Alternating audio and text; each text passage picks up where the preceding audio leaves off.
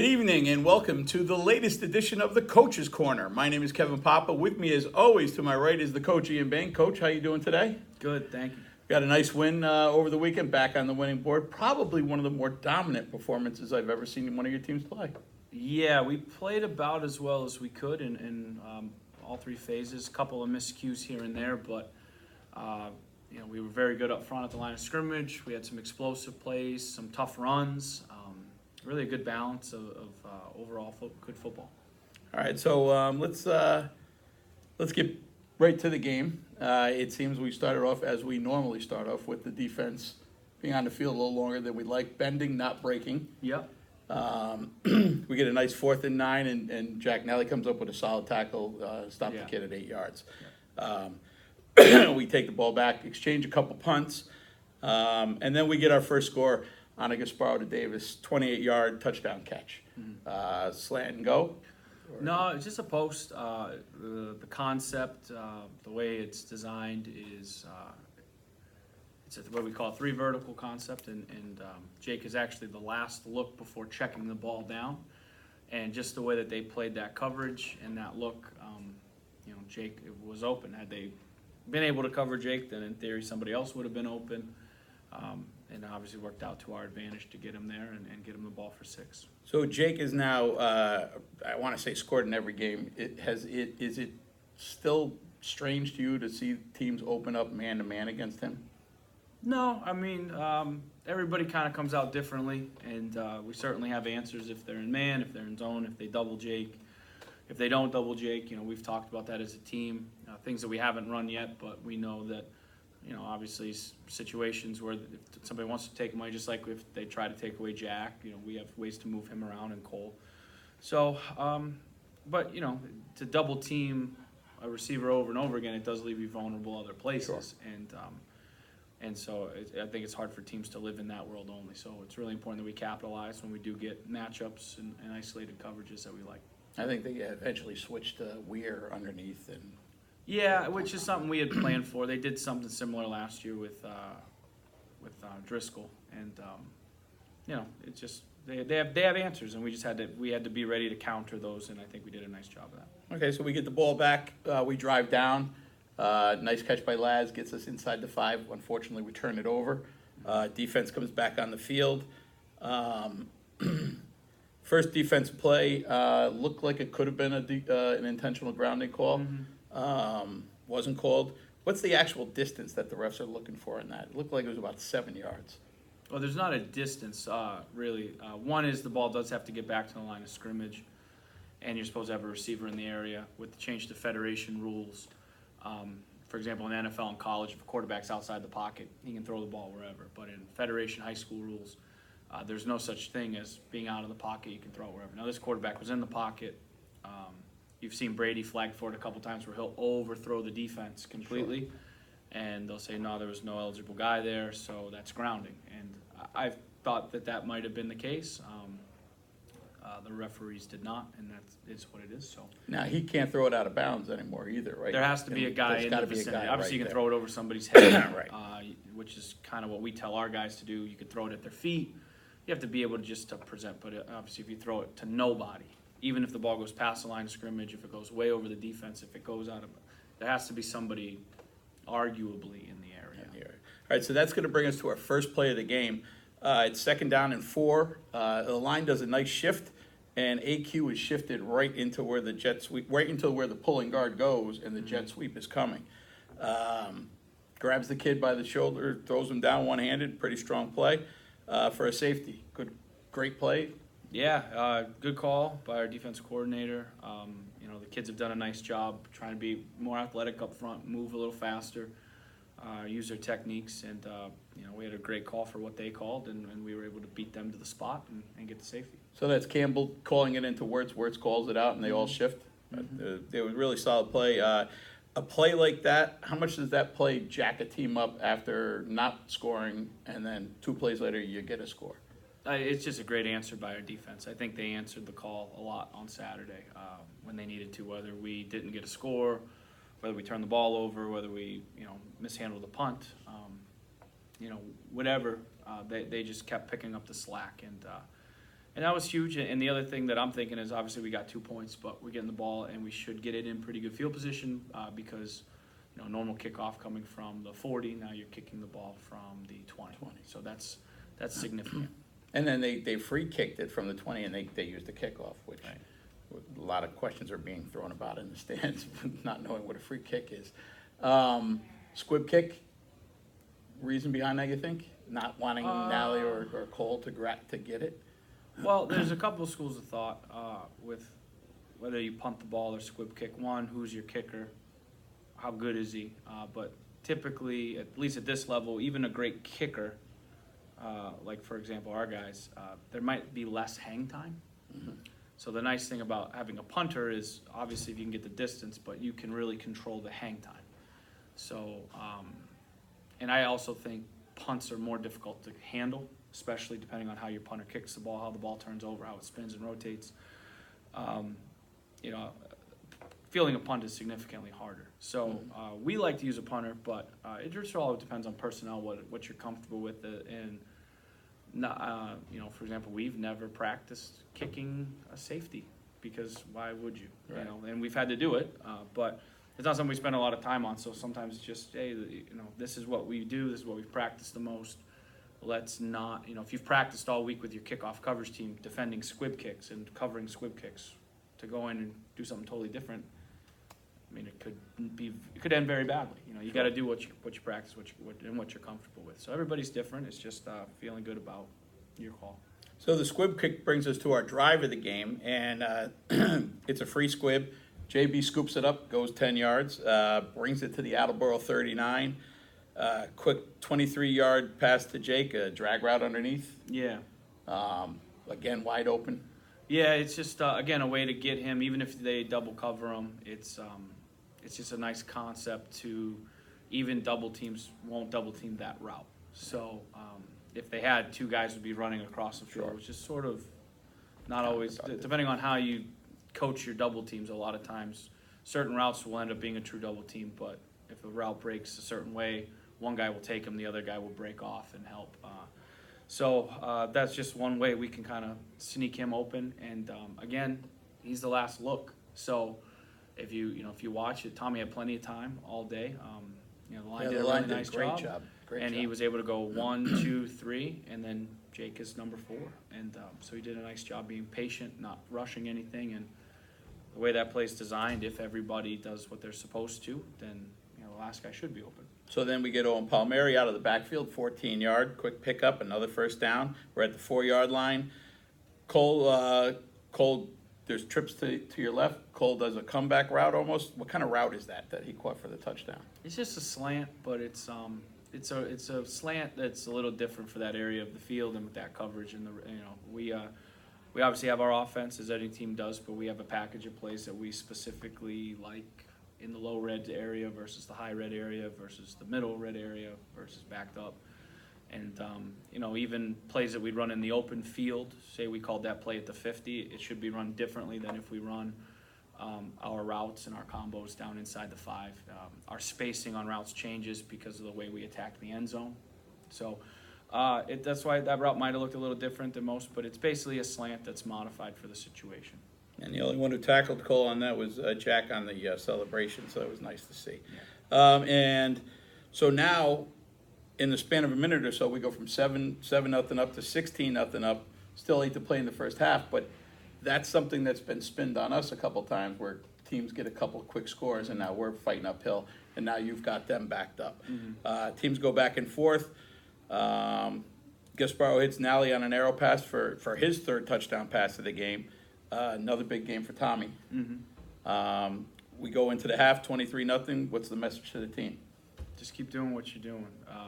Again, it wouldn't matter if we were up by a lot or down by a lot. We're just going to make our adjustments. We made a few subtle adjustments, a couple words to Tommy about things we were looking at in the second half, a couple words to the O-line, a couple words to the defense, but obviously the situation changes a little bit in terms of they're down, so they have to do a couple things different. So be aware of this, be aware of that, be ready for this personnel, be ready for hands. So we're able to sort of, key into some things. But, our message just always is go play. Go play hard.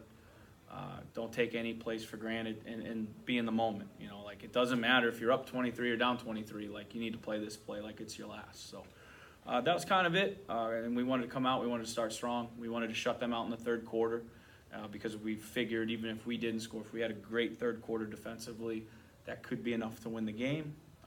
And it would have been. So then the half opens up with Owen on a strong 14-yard ground gain. Are you starting to think at this point that big defensive line is getting a little gassed? There's some big boys on that team. There are. But I think we had a pretty good plan on just kind of how we wanted to go at their front. And Owen's a strong runner. He showed a lot of patience. I think he did a nice job slowing down in the backfield. And then, he kind of had back-to-back big runs and moved us down the field in 2 plays. And once teams now have to think about that, it does open up a lot of things for our offense. Okay, so then we get Nally with a big catch inside the 5-yard line. 3 straight runs brings us to 4th and goal from the 1. Any thought to kicking a field goal there going to go up 26-0? No, because even if we get stopped, I mean, they get the ball at the 1 or the 2. With the wider hashes, it's a weirder angle. Like, if anything, we would have taken a delay of game to try to move the ball back, just to have a little bit better. You know, we're so wide now, so as you get closer, that angle's a little bit sharper to the upright. But just the way that we were playing and the confidence that we had, and, we did have to use a timeout, which I didn't want to use, but we weren't doing anything but running the ball again, just given the situation that we were in, and I felt that we had run a lot of plays on that drive, and thought maybe the defense might have been tired in that moment, and we just had to get the right play call, though. So you call a timeout. Is the timeout is the talk in the timeout between you and the headset and the other coaches about what they see, or No, is it between it was, you and what you want to see, or what Tommy? I didn't do a good job communicating what I wanted, so I just needed to make sure we got it right. And had we just rushed it and something didn't go right, that wouldn't have been fair to our players or our quarterback. So I needed to do a better job, and something that I just didn't do a good job communicating. So I had to make sure the communication was right. So then we get a little jet sweep motion. Tommy follows Owen, and we're up 30-0. Yeah. Defense forces a punt, but we muff it. And that brings us to plays 2, 3, and 4 of the game. They have the ball, first down. Luke Cunningham bowls his way in, again grabbing a jet sweep and tossing the kid for a 5-yard loss. Great play. Yeah, Luke's a great player. He's done a lot of things. He's developed in our system and in our weight program for 3 years. He's just gotten bigger and bigger and bigger. He works so hard. He's so humble.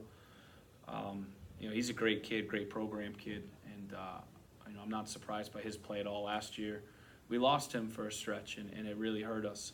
We thought we almost lost him again during the game. Yeah, but he's awesome. He's a great kid, and he's really reliable for us. So for him to make that play, I'm not surprised at all. So that's the second jet sweep that gets gobbled up for a loss. Was that an emphasis in practice this week?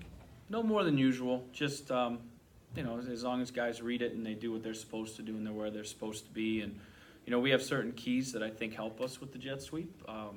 But every team runs it, every team sees it. We've seen enough of it. We see it so much in practice. We do it. So it was good to be in the right place when that happened. So our third play of the game is second down. Austin Jordan just not going to be denied on this play.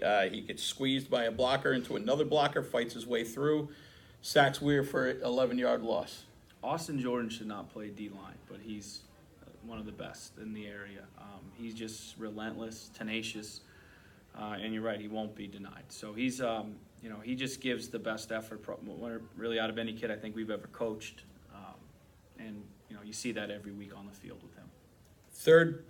Fourth play of the game, and it's first time for this, fourth plays of the game. Luke Sweeney from the outside coming fast, forces Weir to step up. And mama, there's that man again, Austin Jordan. Runs right into him, coming hard off the edge, and gets us back-to-back sacks. Again, just an effort play. Yeah, he's got a great motor. He never stops. And the good thing is, too, like that might not happen if we don't have Luke pressing the edge and getting the edge like he did, And so it's all about all the pieces working together when we design our blitz packages, or obviously when you get a team to third down, their menu of play shrinks if there's a decent amount of length to the sticks. So we were able to dial up a couple things that we really liked during the week, and I think, not always, but when we've been able to get teams into third and long, we've been fairly successful, and the players just executed the scheme very well. Okay, so then, unfortunately, another muff punt, but that brings us to why I believe sports is great and football in general. Jack, back-to-back bad punts. He's having a great game overall. He could be upset and take himself out of that game, but he goes back on defense. They play a solid defense, get the ball back, and then you go right back to Jack. 68-yard completion. I'd be lying if I said I honestly forgot about the punts. I didn't care. I was just going to ask, do you do that purposely to get him to show confidence? Or I don't think you do. I think it's just he's there. Yeah, I mean, obviously it's not something we want to do, but I don't need to tell Jack that. It is what it is. It happens. It's part of football. Again, if it were a kid that misses practice or misses workouts or doesn't watch film or doesn't study or isn't a great role model or isn't great in the community, then I don't believe that should treat every kid the same. So, with Jack, it's nobody's going to be harder on Jack than Jack. So I didn't have to say a word. And when we got the ball back, I mean, I couldn't even have told you that he just dropped the punt. We were thinking it was 3rd and 8 and we need to get a conversion. And that was one of the things we had said at halftime, that, hey, if we get in this situation, obviously we're up, so we don't want to really throw the ball. But if we do, it's going to be on a 3rd and maybe 6, 7, 8 yard, because we'd be running the ball on 1st and 2nd down. So, it worked out all right, and Jack ran a great route and caught the ball and, almost scored. But he scores the next play, I believe, 10 yards. Yep. He goes for a second touchdown of the game. Yep. That closes out our scoring. Attleboro gets a very late score. Yeah. And we walk away 37-7 winners. Big day for the defense. Huge day for the defense. And that's the thing is that, there's certain stats we look at and we put stock in: yards per play, 3rd down. One that we don't put any stock in is points per game or anything like that. And you look at some of the teams that we've played. Milford's offense is one of the best in the league. Andover's offense is one of the best in the state. Some of the games that they're and the points they're putting up. We didn't put our defense in any good positions against Mansfield, which is the best offense in the league right now. And I thought our defense played well given the cards that they were dealt. So I think our defense is good. Just our schedule and the competition we play and some of the coaches we go against. We don't always have the numbers maybe of points per game, but I think our defense is really well prepared every week. They do a lot of things to keep us in the games, and I think that really showed on Saturday. And I wasn't surprised by that. And like we said earlier, Tommy has a big day, 3 touchdowns and a touchdown run, but you got to say that's the offensive line really stepping up big. I mean, Tommy has a great game, don't get me wrong, but the offensive line stepped up, kept them clean the whole day.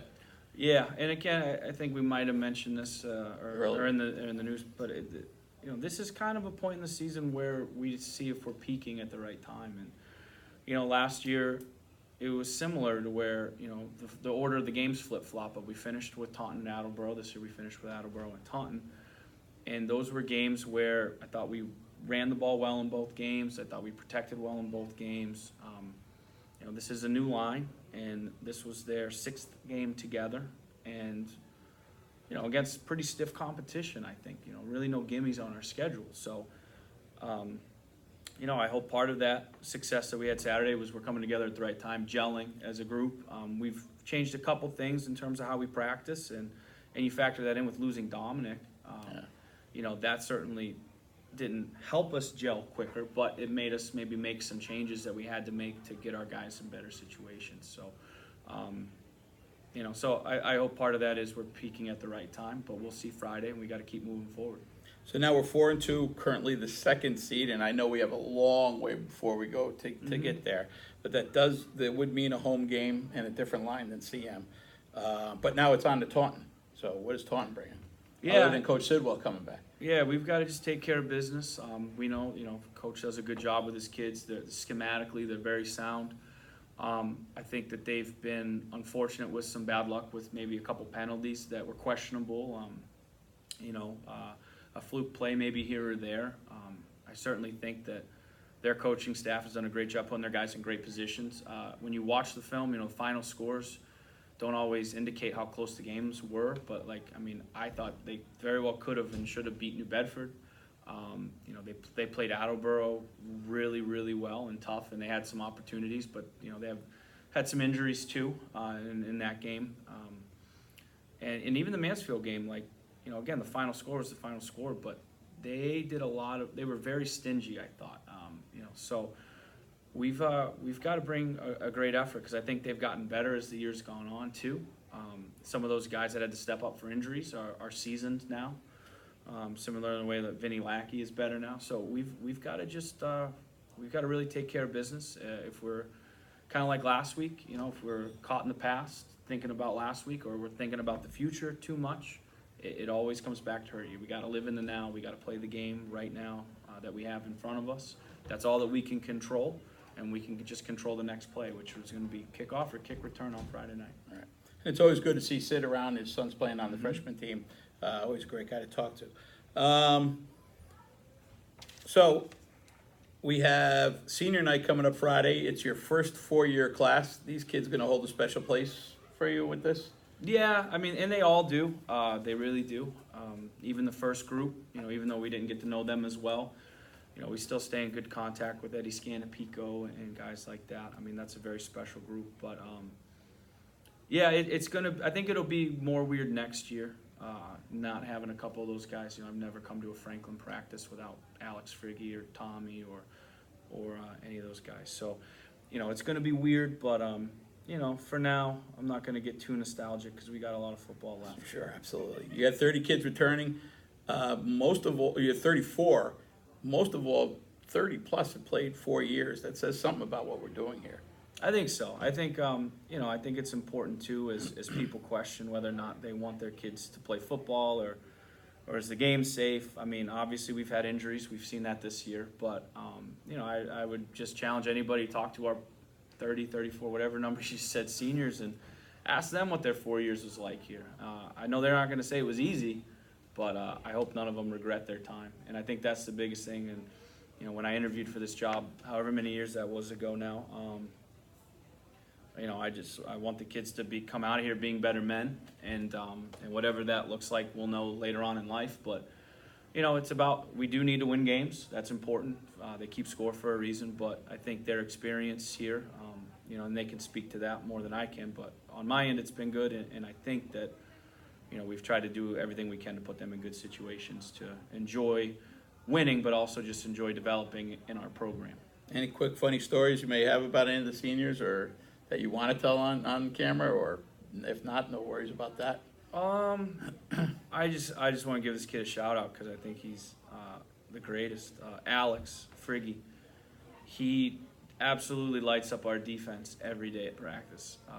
Sponge. Coach Campbell calls him Friggy Pennington, or Alex Pennington, because he doesn't look like much. He's kind of a smaller guy and doesn't have the cannon arm, but he doesn't miss, and he throws a perfect spiral every time, and he kills us. So, but we got a bunch of them, probably too many to count and to tell, but it is a great group, and I think everybody knows that, though.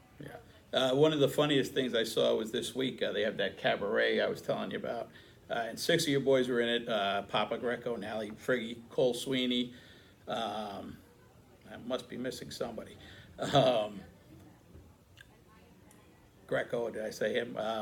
So they do a bunch of skits. The girls do a skit called Boys Sleepover. They're wearing the boys thing, and they're acting like football players. And then the first 2 rows are the rest of your team. There's 40-something kids there. And at the end, they sing Country Roads, which is a big song for you and your family. Yeah. And the boys have adopted that song. Yeah. And to hear the boys in the first 2 rows, not the guys acting, but the boys in the first 2 rows going crazy, is pretty impressive. Yeah, wow, I didn't know that, actually. I wish the old man was here to see that. Oh, he'd be getting all nostalgic right now. Yeah, my whole family's from West Virginia. That's where I was born, and lived a decent part of my life. And, you always remember where you came from. So Absolutely. When I hear that song, it reminds me of home. So it's cool. So we want to give a special shout out to Backyard Swagger, the Gridiron Club, Dave Toronto, who put on a great show on Saturday night at 3 for a great fundraiser. We're on to Taunton Senior Night Homecoming. We'll see you back here next Wednesday. For the coach Ian Bain, I'm Kevin Papa. We'll see you next time on the Coach's Corner. Shout out to Ginger.